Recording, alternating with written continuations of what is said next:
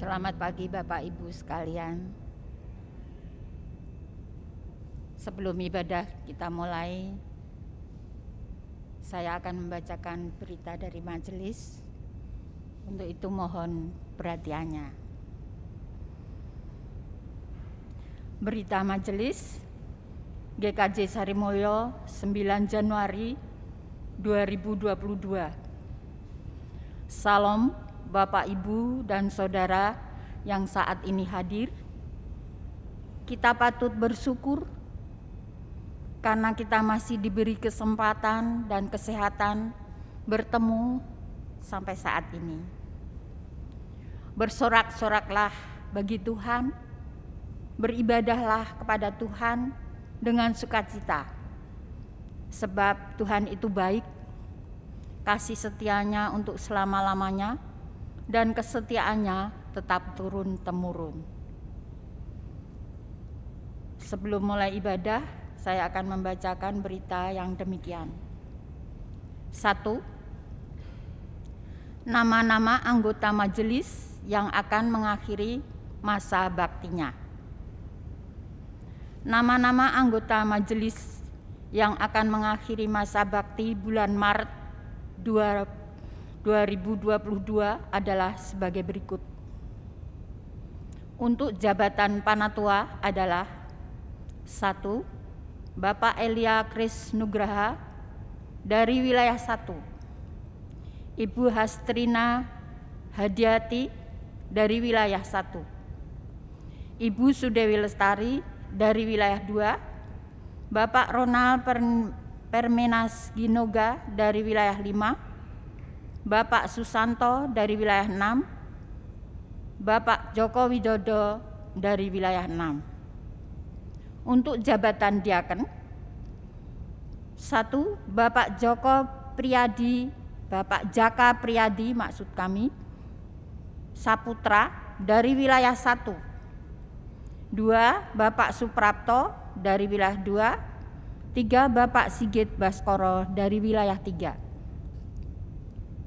Himbauan menghadiri kebaktian. Sebagai wujud pembinaan rohani warga, majelis menghimbau segenap warga jemaat yang berusia 16 tahun sampai dengan 64 tahun untuk menghadiri kebaktian Minggu pukul 8.30 waktu Indonesia bagian Barat dengan protokol kesehatan. Sidang Majelis Gereja. Sidang Majelis Gereja akan diselenggarakan pada hari Kamis, tanggal 13 Januari 2022, pukul 18 waktu Indonesia bagian Barat. Mohon dukungan doa segenap warga jemaat. Yang melayangkan firman pada kebaktian pukul 6.30 waktu Indonesia bagian Barat adalah Bapak Pendeta Ardi Tulus Arianto, Sarjana Sains. Kami mengundang jemaat bangkit berdiri.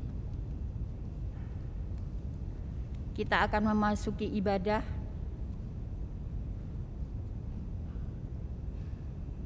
Jemaat, minggu ini kita bersama merefleksikan peristiwa pembaptisan Yesus. Peristiwa tentang bagaimana Allah menyatakan kasih dan pengurapannya atas diri Yesus. Kita sebagai jemaat yang bersekutu dalam satu baptisan juga menerima anugerah yang sama. Sudah selayaknya kita menaikkan puji dan syukur kepada Allah atas karyanya. Marilah kita puji namanya dengan bersama menyanyikan Kidung Jemaat 1 ayat 1 dan 2. Haleluya, pujilah. Dan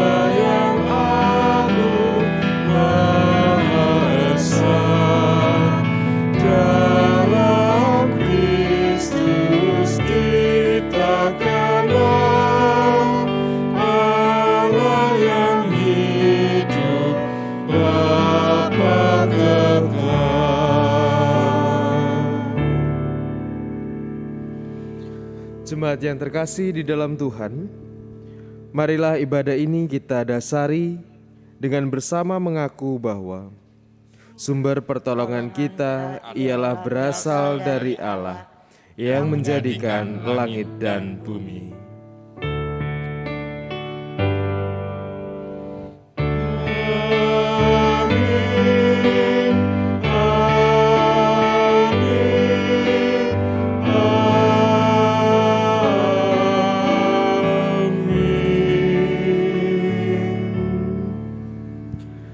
Damai sejahtera dari Allah Bapa, Anak dan Roh Kudus menyertai saudara sekalian.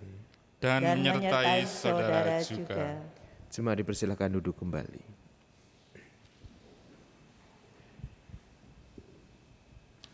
Dalam melewati kehidupan ini, sering kita menemui jalan yang naik turun.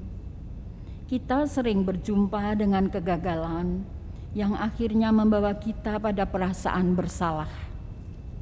Lalu, bagaimanakah kita harus mengelola pengalaman dan perasaan atas kegagalan-kegagalan itu? Harusnya kita mengubur sepanjang hidup kita.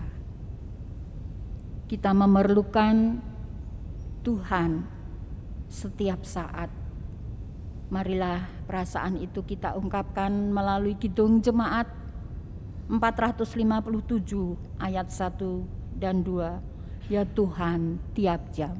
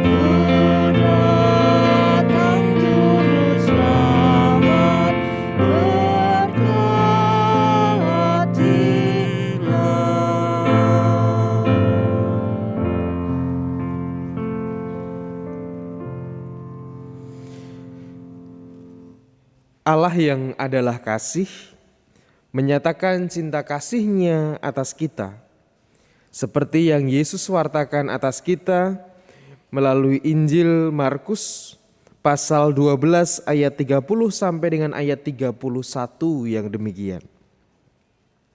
Kasihilah Tuhan Allahmu dengan segenap hatimu dan dengan segenap jiwamu dan dengan segenap akal budimu dan dengan segenap kekuatanmu. Dan hukum yang kedua ialah, kasihilah sesamamu manusia seperti dirimu sendiri.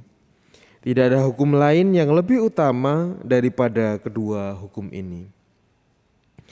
Jemaat yang terkasih dalam Tuhan, meskipun Allah senantiasa mencurahkan kasih-Nya bagi kita, tetapi kita sering tidak membuka diri untuk menerima kasih-Nya. Kita membiarkan diri kita hidup di dalam kebebalan dan juga keangkuhan kita. Hidup kita tidak mau diubah oleh kasih-Nya itu. Oleh karena itu marilah kita masuk di dalam doa pribadi kita untuk kita bersama mengakui keangkuhan kita atas kasih Tuhan. Jemaat dipersilakan untuk masuk di dalam doa pribadi.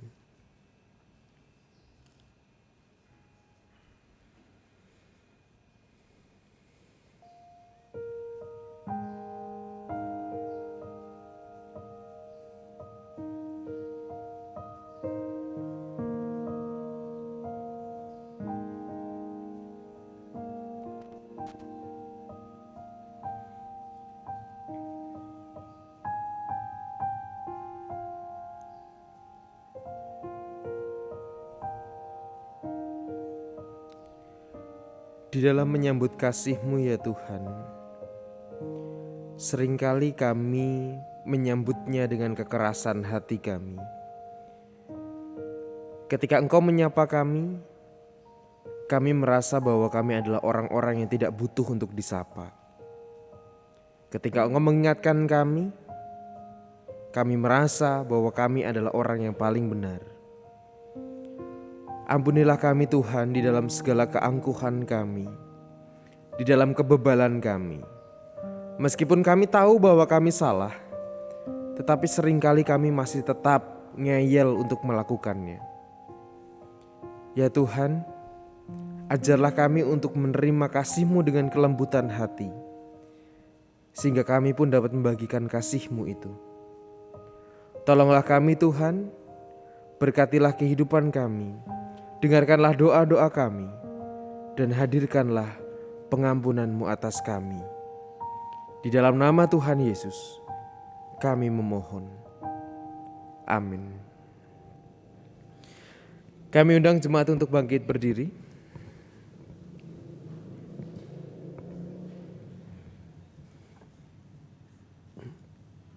Sebagai umat yang telah diperdamaikan dan diampuninya, kini kita bersama menerima berita anugerah dari Tuhan seperti yang tertulis di dalam surat Roma pasal 6 ayat 3 sampai dengan ayat 4 yang demikian.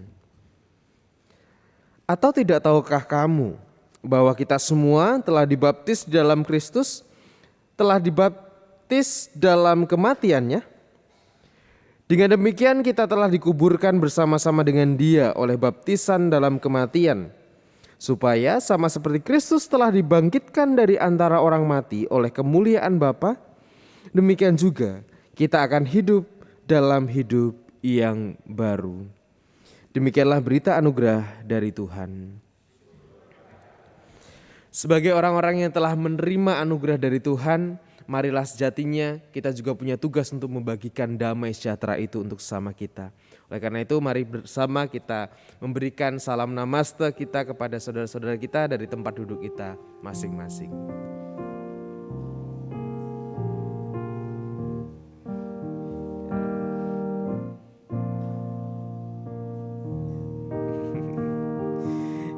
Ya. Dan di dalam setiap keceriaan, sukacita dan juga anugerah yang kita terima, marilah bersama kita menaikkan syukur kita, sekaligus kita membawa komitmen kita untuk kita mau menghadirkan kedamaian bagi sesama kita. Tiap orang harus tahu.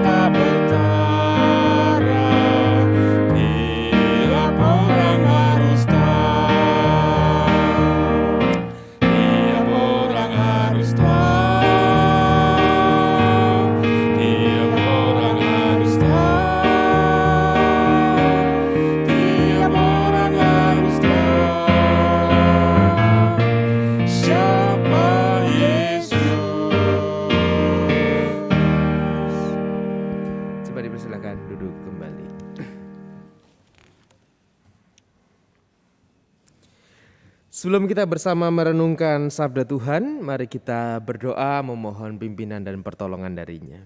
Mari kita berdoa.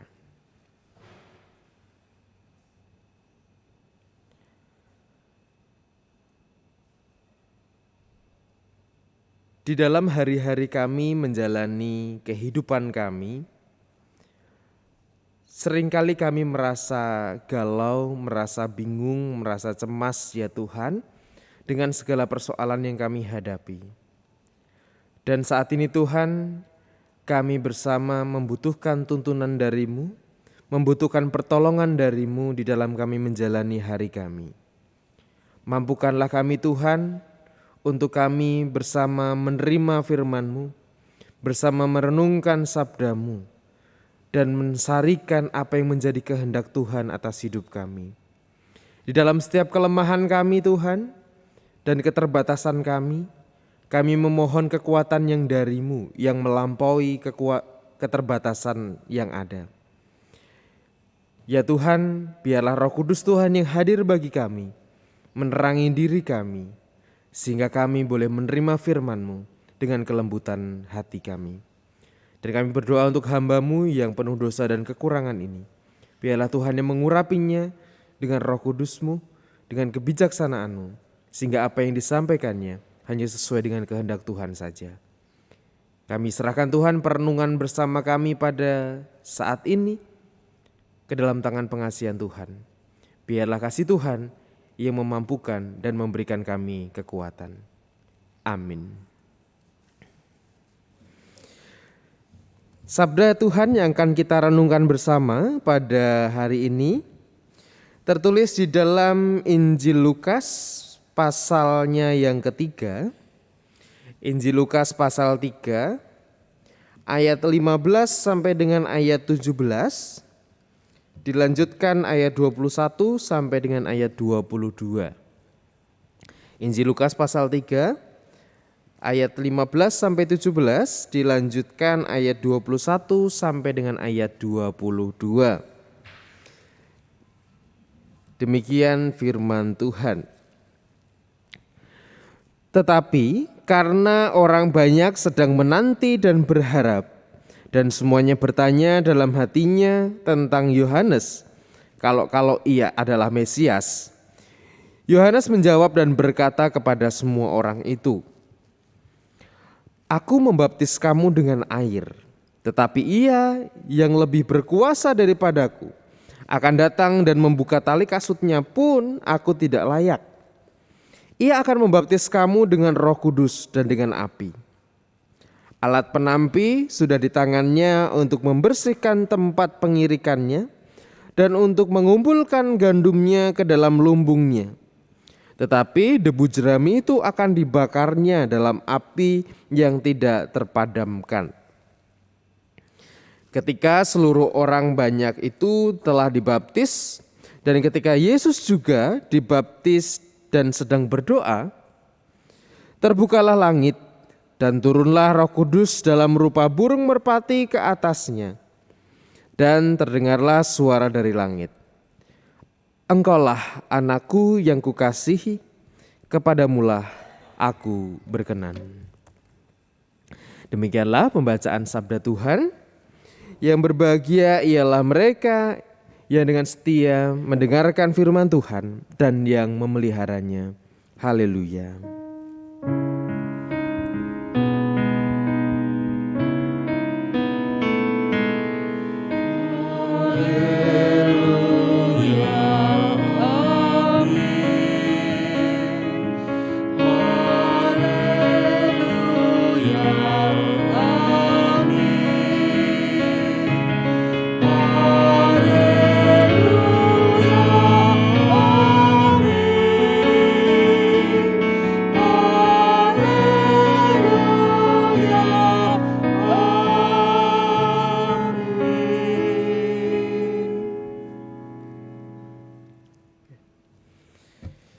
Selamat pagi Ibu Bapak semuanya. Sudah lama tidak berjumpa di dalam peribadatan, dan puji Tuhan sekarang kita bisa berjumpa kembali. Wah, ini banyak wajah-wajah eyang-eyang kakung, eyang putri yang sekarang kelihatan. Ya, biasanya mungkin hanya ngelihat, wah, gur ibadah neng TV, gur ibadah neng HP, saiki so ibadah neng gereja gitu ya. Mungkin menjadi satu kegembiraan bagi kita bersama. Juga mungkin ini hadir juga mungkin beberapa jemaat yang mungkin sudah lama sekali juga tidak bersama-sama dengan kita. Ada Pak Budi dan Ibu juga, ada juga Pak Warsito juga, dan juga Bapak Ibu semuanya. Sungguh berkat Tuhan ketika kita bisa bersama-sama hadir di tempat ini, bisa bersekutu di tempat ini. Nah, Bapak Ibu yang terkasih di dalam Tuhan, di dalam hidup kita itu seringkali kita diperhadapkan pada dua hal. Yang pertama adalah diperhadapkan pada rasa syukur, gitu ya. Biasanya kalau banyak eyang-eyang yang cerita, ada beberapa eyang-eyang yang cerita tentang masa tuanya. Kalau saya belum mengalami tua dan mohon doanya supaya saya bisa merasakan tua gitu ya. Karena merasakan tua itu anugerah loh itu. Tidak semua orang bisa merasakan tua. Mohon doanya untuk saya bisa merasakan tua nantinya gitu. Ada eyang-eyang yang cerita bahwa ketika mereka sudah dalam masa-masa tuanya, mungkin sudah pensiun atau mungkin juga sudah tidak beraktivitas seperti sebelumnya ketika masih muda. Yang pertama yang mengatakan bahwa Mas Ardi, kalau sudah tua gini itu biasanya malah kelingan sing biyen-biyen. Yang kita ingat itu adalah yang dulu-dulu, gitu ya. Ketika mau tidur, ketika sedang tidak ada pekerjaan, ketika sedang duduk diam gitu. Terus biasanya teringat itu masa-masa lalu. Ya masa lalunya apapun itu. Nah di dalam mengingat masa lalunya itu, pertama yang muncul adalah rasa syukur. Rasa syukur atas apa? Ya rasa syukur atas segala hal, segala pencapaian, segala yang bisa didapatkan ketika dari masa mudanya hingga pada masa tuanya sekarang. Atau juga mungkin ini enggak hanya tentang yang eyang kakung eyang putri, mungkin semua kita juga merasakan itu. Ada hal-hal yang kita syukuri dalam kehidupan kita. Dan yang pastinya adalah sesuatu yang baik pasti. Kalau kita mensyukuri. Oh saya itu dulu bisa melakukan ini, saya dulu pernah melakukan ini, saya bersyukur anak saya bisa begini, bisa begitu. Saya bersyukur dulu pekerjaan saya bisa selesai sekian. Terus saya bersyukur saya bisa ini, itu dan sebagainya. Rasa syukur itu kemudian memberikan satu sukacita pada kita. Yang tadinya mungkin merasa hampa gitu ketika mengingat tentang sesuatu yang baik, menghadirkan rasa syukur di dalam kehidupan kita, kemudian rasanya jadi tambah ayem. Jadi lebih ayem ketika kita mengingat tentang sesuatu yang baik dan kemudian menghadirkan rasa syukur atas hidup kita. Dan semua orang pasti senang ketika kemudian merasakan syukur itu. Karena yang mengingatnya sekali lagi adalah sesuatu yang baik. Tetapi hal yang kedua juga yang sering kali muncul di dalam ingatan kita, di dalam kehidupan kita, baik kita sadari atau tidak kita sadari adalah tentang penyesalan. Ketika yang pertama adalah syukur, yang kedua adalah penyesalan. Kok menyesal gimana? Penyesalan tentang sesuatu yang mungkin dalam pengalaman kehidupan kita merasa bahwa aduh saya ini gagal. Harusnya saya dulu enggak begitu. Harusnya saya bisa lebih baik lagi. Harusnya saya bisa ini, saya bisa itu dan sebagainya. Oh harusnya dulu waktu muda itu saya kerjanya tenanan, atau saya kemudian ketika dulu itu saya mendidik anak dengan tenanan, atau kemudian saya pokoknya hal-hal yang kemudian itu sudah lewat. Dan seringkali tidak bisa kita ubah lagi sekarang. Atau pengalaman-pengalaman yang lain yang bagi kita itu tidak nyaman. Kemudian kita ingat lagi, muncul lagi. Baik kita sadari ataupun tidak kita sadari. Dan memori-memori itu membawa sebuah penyesalan dalam kehidupan kita. Pernah mengalami itu Bapak Ibu? Pasti pernah ya kita ya. Karena pasti di dalam hidup itu ada dua hal kok. Ada kebahagiaan, ada kesedihan. Ada keberhasilan, ada kegagalan. Jadi ketika kita ngomong keberhasilan, kita akan mengingat dengan syukur. Tetapi ketika dalam kegagalan, menghadapi kegagalan atau menghadapi sesuatu yang tidak enak, pasti yang muncul adalah rasa menyesal. Kenapa saya dulu harus begitu? Atau kenapa saya dulu membuat pilihan ini, membuat pilihan itu. Harusnya dulu saya memilih ini, itu dan sebagainya. Penyesalan itu seringkali kemudian menghantui pikiran kita dan juga kemudian hadir secara tidak disengaja. Atau sebenarnya kita udah nggak mau tuh ngingat-ingat lagi tentang kegagalan kita, tentang penyesalan kita di masa lalu. Tetapi kok tiba-tiba ujuk-ujuk teko, tiba-tiba hadir, dan tiba-tiba kemudian membebani pikiran kita. Jadi susah tidur, jadi merasa gelisah, jadi merasa rasanya aduh kok rasanya ini ora ayem, ora tentrem. Saya itu pengennya kalau sudah tua itu rasanya juga aku pengennya itu seneng-seneng tok wae. Pengennya sudah pokoknya wes ora usah mikir apa-apa, pengen seneng. Tetapi kok tiba-tiba yang muncul seperti ini. Nah, Ibu Bapak yang terkasih di dalam Tuhan Yesus Kristus, kegagalan itu juga menjadi salah satu hal, salah satu faktor kenapa Yesus hadir ke dunia ini. Kegagalan apa? Kegagalan manusia untuk menerima kasih Tuhan, kegagalan manusia untuk hidup dalam ketaatan di dalam Tuhan. Jika kita putar skenarionya ke belakang, jika manusia tidak jatuh di dalam dosa, mungkin Yesus tidak akan hadir ke dunia. Mungkin loh ya. Tetapi faktanya yang terjadi adalah manusia jatuh ke dalam dosa, hubungan manusia dengan Allah menjadi retak, menjadi renggang. Kemudian Yesus hadir ke dunia untuk menjadi jembatan, untuk menjadi perantara, untuk menjadi penebus yang kemudian mengeratkan lagi hubungan kita dengan Allah. Memperdamaikan kembali hubungan kita dengan Allah. Artinya bahwa Yesus hadir ke dunia itu sejatinya juga karena alasan kegagalan manusia di dalam menyambut kasih dan ketaatan di dalam Tuhan. Nah, ditambah lagi dengan teks yang kita baca saat ini, ketika Yesus dibaptis. Wow, kan? Yesus dibaptis ketika kita pakai narasi bahwa oh Yesus itu kan Tuhan, Yesus itu kudus, Yesus itu suci, Yesus itu tidak bercacat, Yesus itu tidak berdosa. Kenapa dibaptis? Padahal dulu pembaptisan itu sebagai bentuk pertobatan.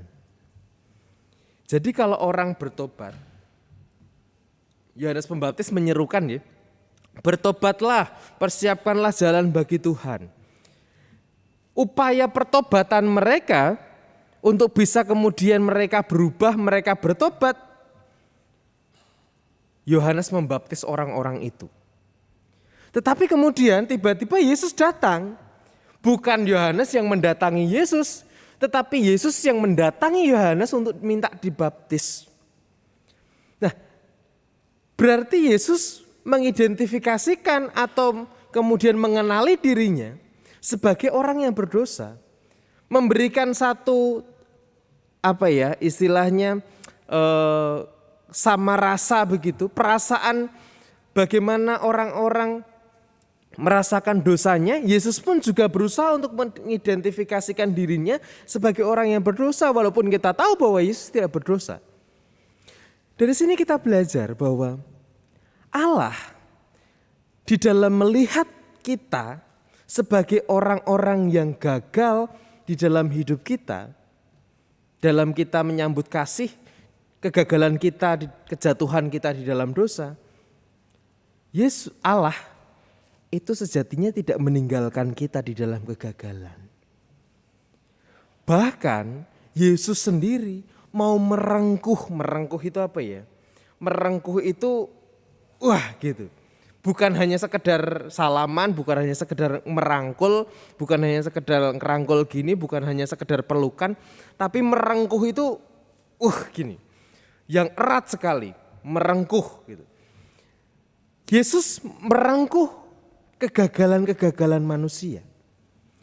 Dalam artian bahwa setiap kegagalan kita bukan merupakan aib bagi Allah, tetapi kegagalan kita dalam kejatuhan kita dalam dosa, itu Yesus bersedia untuk merengkuh kita dalam kegagalan itu. Ketika Yesus merengkuh kegagalan kita, berarti Yesus tidak pernah mengizinkan kita untuk kita hidup tenggelam di dalam penyesalan oleh karena kegagalan kita. Kita yang selama ini mungkin menyesal dengan kegagalan kita, ingat Gusti Yesus kai. Beliau sudah kemudian dengan kesediaannya merengkuh setiap kegagalan kita, kejatuhan kita di dalam dosa. Artinya bahwa Yesus, artinya bahwa Tuhan tidak pernah meninggalkan kita di dalam setiap kegagalan kita. Kalau sesuatu kegagalan yang bisa kita ubah, bisa kita perbaiki selanjutnya. Tetapi kalau dosa kan kita tidak bisa memperbaiki. Itu berarti sesuatu yang sudah terjadi dan itu sudah harus kita terima saja. Demikian juga di dalam kehidupan kita. Kegagalan sesuatu yang buruk yang terjadi dalam kehidupan kita dulu, pengalaman kita, penyesalan kita, mungkin sekarang ini sudah tidak bisa kita ubah lagi, tidak bisa kita apa-apakan lagi yang di belakang. Yang bisa kita lakukan adalah kita menerima kegagalan itu. Kita menerima sesuatu pengalaman yang buruk kita itu menjadi bagian dari kita. Kita rengkuh itu. Tetapi dengan kesadaran bahwa kita tidak harus selamanya menyalahkan diri kita sendiri atas kegagalan kita. Kita tidak harus menyalahkan diri kita sendiri oleh karena pilihan-pilihan buruk yang mungkin kita ambil sebelumnya. Atau mungkin ketika kita mendidik anak, aduh anakku kok ono masalah ini atau dan sebagainya. Kemudian kita merasa bahwa kita menjadi orang-orang yang gagal mungkin. Seringkali perasaan kegagalan orang tua itu juga ketika melihat anak-anaknya. Di dalam rupa pengalaman apapun. Ketika anaknya dalam keberhasilan orang tua bisa merasakan syukur. Tetapi ketika anaknya dalam situasi masalah seringkali kita merasa gagal menjadi orang tua. Tetapi apakah kita harus selamanya tenggelam di dalam itu? Anak-anak sudah punya pilihannya masing-masing gitu ya. Anak-anak sudah bisa memilih jalan hidupnya. Jadi tidak ada alasan bagi kita untuk kita kemudian menyalahkan terus-terus membawa rasa penyesalan itu, membawa kegagalan kita itu dalam kehidupan kita. Allah mau merengkuh kegagalan manusia. Maka sudah sejatinya juga kita juga harus menyadari dan merasa bahwa Allah itu di dalam kegagalan saya, Allah tidak meninggalkan saya. Jadi untuk apa saya harus tenggelam di dalam kegagalan, tenggelam di dalam penyesalan saya? Saya harus move on, kita harus move on dari rasa penyesalan-penyesalan yang ada. Pembaptisan Yesus menjadi tanda bahwa Yesus Allah mau merengkuh kegagalan manusia, kejatuhan manusia dalam dosa. Yang artinya Allah juga merengkuh setiap kita yang merasakan gagal dalam hidup kita. Jika sesuatu bisa kita ubah, mari kita ubah. Mari kita perbaiki. Pertobatan kan begitu ya. Pertobatan itu kan kalau istilahnya putar balik gitu. Pertobatan itu putar balik. Jadi kalau kita tahu salah, ya kita putar balik. Gitu. Itu pertobatan. Kita ubah kehidupan kita. Ketika kita tahu bahwa kehidupan kita sekarang salah. Tetapi jika itu selama bisa kita ubah, mari kita ubah. Mari kita upayakan. Tetapi jika sesuatu itu sudah terjadi dan tidak bisa kita ubah sedikit pun, mari kita terima itu sebagai bagian dari kehidupan kita. Dengan kita membawa satu kesadaran bahwa Allah merengkuh kegagalan manusia. Sehingga Allah pun juga merengkuh kita. Allah pun juga kemudian tidak meninggalkan kita. Allah pun juga kemudian hadir bagi kita. Allah tidak mempersalahkan kita. Allah kemudian tidak membebani kesalahan-kesalahan itu atas kita. Sebagai orang-orang yang pernah mungkin memilih pilihan yang tidak tepat, orang-orang yang pernah gagal, atau orang-orang yang hidup di dalam penyesalan. Mari kita move on dari perasaan itu dan mari kita bangun kembali perasaan kita, kehidupan kita dengan membawa satu anugerah bahwa Allah mengasihi kita di dalam setiap penyesalan masa lalu kehidupan kita. Sehingga tidak ada pilihan atau tidak seharusnya kita tenggelam di dalam penyesalan dan juga kegagalan kehidupan kita. Mari move on dan mari terus lanjutkan kehidupan kita dan jadikan kegagalan itu, pupuslah kegagalan itu, pupuslah penyesalan itu untuk membawa damai dalam kehidupan kita. Kalau kita selamanya hidup membawa penyesalan, maka kita tidak akan pernah merasakan kedamaian. Mari kita sadari itu dan mari kita kemudian berdamai dengan kegagalan-kegagalan kita di masa lalu. Amin. Saat hening bagi kita sekalian.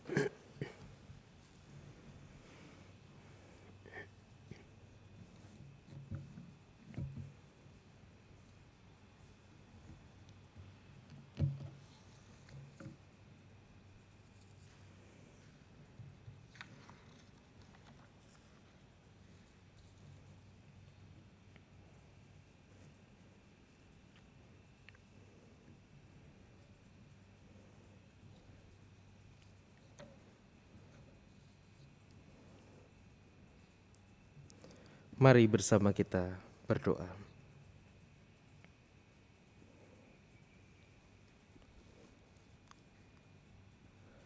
Ada masa ya Tuhan, di mana kami merasakan syukur kami oleh karena kebaikan-kebaikan Tuhan, oleh karena pengalaman-pengalaman menyenangkan yang kami alami di masa lalu. Dan itu membawa kami hidup dalam sukacita dan syukur. Tetapi seringkali kami juga dalam hidup ini merasakan satu penyesalan yang itu menghadirkan ketidaknyamanan, ketidakdamaian dalam hati kami. Ketika kami mengingat tentang kegagalan kami di masa lalu, tentang kami mengingat pilihan-pilihan buruk yang kami ambil di masa lalu, yang kami sadari sekarang bahwa itu tidak seharusnya kami ambil, tidak seharusnya kami pilih. Atau kegagalan-kegagalan kami di dalam keluarga, kegagalan-kegagalan kami di dalam pekerjaan-pekerjaan kami di masa lalu. Saat ini Tuhan kami menyadari bahwa Engkau tidak meninggalkan kami di dalam kegagalan kami. Kami yang jatuh di dalam dosa, yang gagal menyambut kasih dan ketaatan di dalam-Mu, Engkau tidak meninggalkan kami, tetapi Engkau mau untuk merengkuh kami. Engkau tetap mau untuk mengasihi kami. Bahkan Putra-Mu yang tunggal, Tuhan Yesus yang hadir bersama-sama dengan kami di dunia, menjadi bukti bahwa Engkau tidak meninggalkan kami di dalam kegagalan kami. Oleh karena itu Tuhan, mampukanlah kami untuk kami bisa move on dari perasaan menyesal kami. Ajarlah kami untuk tidak selamanya tenggelam di dalam penyesalan kami. Tidak dalam tenggelam di dalam meratapi setiap pengalaman-pengalaman buruk yang terjadi dalam kami. Ajar kami untuk move on.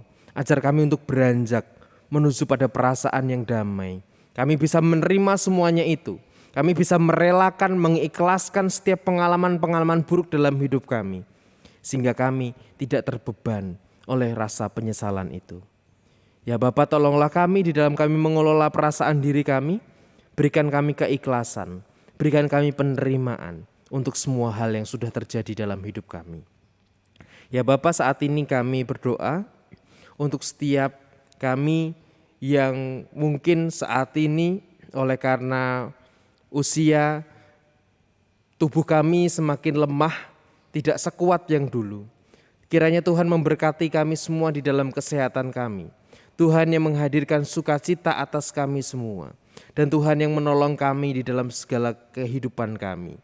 Ya Bapa, kami menyerahkan juga untuk orang-orang tua kami, untuk saudara-saudara kami yang mungkin saat ini juga tidak bisa hadir bersama-sama dengan kami. Kami berdoa untuk Ibu Rusmiati Buyung, Ibu Sarno, Ibu Sumiarti Suparmo, Ibu Rusmiati Suhardi, Bapak Margono, Ibu Tugira Sariman, Ibu Tice Mangun Sentono, Ibu Morjangkung, juga Bapak Saharun, Ibu Joyo Pawiro, Ibu Marlupi Suhir, Bapak Sadal Paulus, Bapak Christian Dauriwu, Bapak Elias Sariman, Bapak Repin Sukarsono, Ibu Mardi Utomo, Ibu Wagina Paijo, Bapak Suprapto, juga untuk semuanya Tuhan, baik yang saat ini hadir ataupun yang tidak bisa hadir. Kiranya Tuhan memberkati orang tua kami ini semuanya. Tuhan memberkati saudara-saudara kami semuanya ini. Dan Tuhan juga yang menghadirkan sukacita dalam kehidupan jemaat Tuhan. Tuhan yang menghadirkan kedamaian di dalam hati mereka masing-masing. Dan kami juga berdoa Tuhan untuk kesembuhan, untuk kepulihan saudara-saudara kami yang saat ini sedang bergulat, sedang berjuang di dalam proses pemulihan kesehatan atau di dalam proses pemeliharaan kesehatan mereka. Kami berdoa untuk Bapak dan Ibu Priyono, Ibu Ami Birowo, Anak Amoresa, Bapak Ngatimin, Bapak dan Ibu Budiantono, Bapak Wilson Siagian, Ibu Nyakni Lawati, Ibu Sri Suwatmi Bejo, Bapak Warsito Utomo, Bapak Siswo Prayitno, Ibu Siwiati Sriwiati, Bapak Rasdiman, Bapak Stiantono, Bapak Larbadyo, Bapak Andreas Rasdiono, juga untuk Bapak Ibu serta saudara kami yang lainnya. Kami bersyukur Tuhan jika mungkin ada jemaat Tuhan yang sudah mulai berangsur membaik. Kiranya Tuhan juga senantiasa berkati mereka. Tuhan berikan kepulihan bagi mereka. Dan Tuhan yang menolong mereka untuk menjaga setiap kesehatan mereka. Dan saat ini yang masih terus berjuang dengan proses pemulihannya. Biarlah Tuhan juga yang hadir. Memberikan berkat di dalam setiap proses yang harus mereka jalani. Melalui setiap kontrol-kontrol dokter ataupun juga upaya-upaya lain yang dilakukan. Biarlah kasih Tuhan senantiasa hadir dalam kehidupan orang tua dan saudara-saudara kami ini Tuhan. Ya Allah, kami juga berdoa untuk setiap persekutuan kami di GKJ Sari Mulyo ini secara khusus ataupun juga di komunitas-komunitas lain di mana kami berada. Kiranya Tuhan memberkati kami semuanya, Tuhan yang memberikan berkat atas kami sehingga kami bisa mengupayakan kehidupan atas persekutuan kami bisa mererat persaudaraan di antara kami semuanya. Sehingga komunitas kami, persekutuan kami bukan menjadi persekutuan yang saling memikirkan dirinya sendiri, tetapi kami boleh saling berbagi kehidupan dengan yang lainnya. Kami berdoa Tuhan untuk setiap program-program yang telah dirancang oleh baik itu majelis, komisi dan semuanya Tuhan. Biarlah Tuhan memberkati setiap apa yang telah kami rancangkan bersama. Biarlah setiap program-program yang telah dirancang itu boleh terlaksana oleh karena kehendak dan penyertaan Tuhan. Dan biarlah itu semua Tuhan untuk kemuliaan nama Tuhan semata.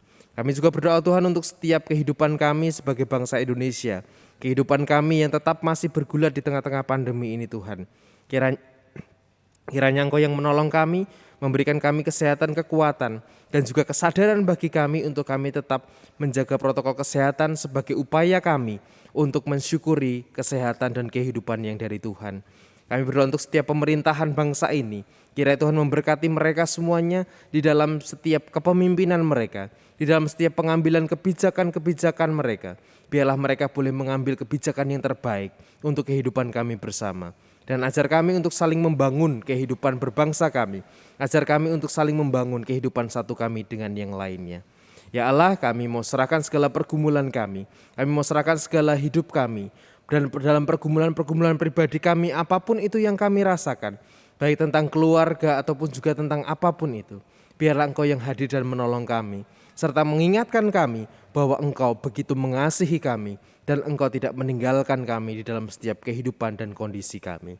Kami serahkan Tuhan hidup kami saat ini sampai selama-lamanya. Dan kami serahkan segala permohonan kami ini hanya di dalam nama Tuhan kami, Yesus Kristus.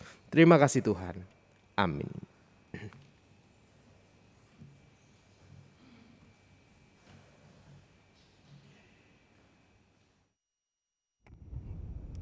Bapak Ibu jemaat yang kami hormati, setelah kita menerima firman kita diberi kesempatan untuk memberikan persembahan. Jemaat yang terkasih, saat ini kita diberikan kesempatan untuk mengaturkan persembahan kita kepada Tuhan sebagai ungkapan syukur atas anugerah dan kasih-Nya bagi kita. Sebagai dasar dalam kita mengaturkan persembahan, marilah kita mengingat firman-Nya yang tertulis dalam 1 Korintus 1 ayat 4 yang demikian. Aku senantiasa mengucap syukur kepada Allahku karena kamu atas kasih karunia Allah yang dianugerahkannya kepada kamu dalam Kristus Yesus. Di depan gereja sudah tersedia 2 kantong persembahan, yaitu merah dan hitam. Bagi yang sudah memasukkan, terima kasih. Yang belum nanti bisa sambil pulang. Dalam waktu persembahan kita akan menyanyikan nyanyian persembahan, yaitu Kidung Jemaat 393 bait 1. Tuhan betapa banyaknya.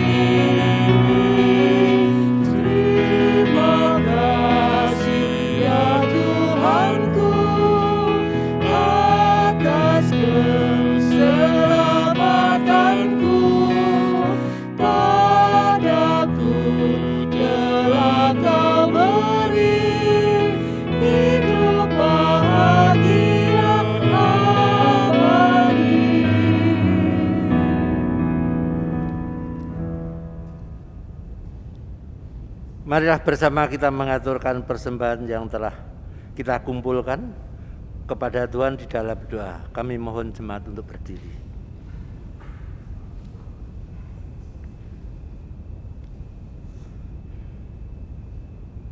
Ya Tuhan Allah, Engkau adalah sumber dari segala yang baik dan indah dalam kehidupan kami. Sebagian kecil dari pemberian-Mu yang sangat besar, kami serahkan kembali kepadamu. Terimalah persembahan ini ya Tuhan sebagai tanda pengakuan kami bahwa Engkaulah yang memiliki tubuh, jiwa, dan roh, serta harta yang ada pada kami. Terimalah persembahan ini ya Tuhan sebagai tanda syukur dan terima kasih, sebab kami sudah menerima sangat banyak dari Tuhan. Terimalah persembahan ini ya Tuhan sebagai tanda iman, sebab kami percaya Engkau menjadi masa depan dan mencukupkan segala kebutuhan kami, sehingga kami tidak perlu khawatir untuk memberi, berbagi, dan berkorban. Berkatilah persembahan yang kami kumpulkan ini ya Tuhan untuk keperluan perluasan kerajaan-Mu, khususnya di GKJ Sarimulyo. Kami berdoa untuk setiap tangan-tangan yang mempergunakan persembahan ini. Kiranya Tuhan beri hikmat kebijaksanaan agar secara bertanggung jawab dapat mengelola persembahan ini dengan sebaik-baiknya. Dan di dalam nama Tuhan Yesus kami telah berdoa, yang telah mengajarkan kami doa Bapa kami. Bapa kami yang di surga, dikuduskanlah nama-Mu, datanglah kerajaan-Mu, jadilah kehendak-Mu di bumi seperti di surga. Berikanlah kami pada hari ini makanan kami yang secukupnya, dan ampunilah kami akan kesalahan kami seperti kami juga mengampuni orang yang bersalah kepada kami. Dan janganlah membawa kami ke dalam pencobaan, tetapi lepaskanlah kami pada yang jahat. Karena Engkaulah yang mempunyai kerajaan dan kuasa dan kemuliaan sampai selama-lamanya. Amin.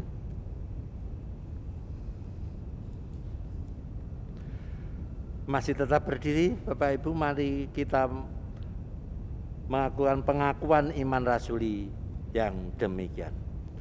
Aku percaya kepada Allah, Bapa yang Maha Kuasa, Khalid langit dan bumi, dan kepada Yesus Kristus anak-anak yang tunggal Tuhan kita, yang dikandung daripada Roh Kudus, lahir dari anak darah Maria, yang menderita di bawah pemerintahan Pontius Pilatus, disalibkan, mati dan dikuburkan, turun ke dalam kerajaan maut. Pada hari yang ketiga, bangkit pula di antara orang mati, naik ke surga, duduk di sebelah kanan Allah Bapa yang Maha Kuasa, dan akan datang dari sana untuk menghakimi orang yang hidup dan yang mati. Aku percaya kepada Roh Kudus, gereja yang kudus dan am, persekutuan orang kudus, pengampunan dosa, kebangkitan daging, dan hidup yang kekal. Jemaat yang terkasih di dalam Tuhan, marilah bersama kita undur dari tempat ibadah ini. Kita lanjutkan kehidupan kita di dalam peribadatan yang sesungguhnya. Dan marilah bersama kita mengelola rasa penyesalan kita untuk kita menggantikannya dengan kedamaian dan keikhlasan yang dari Tuhan, dan terimalah berkat darinya. Tuhan memberkati engkau dan melindungi engkau.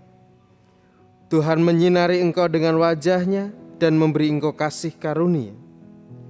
Tuhan menghadapkan wajah-Nya kepadamu dan memberi engkau damai sejahtera. Amin.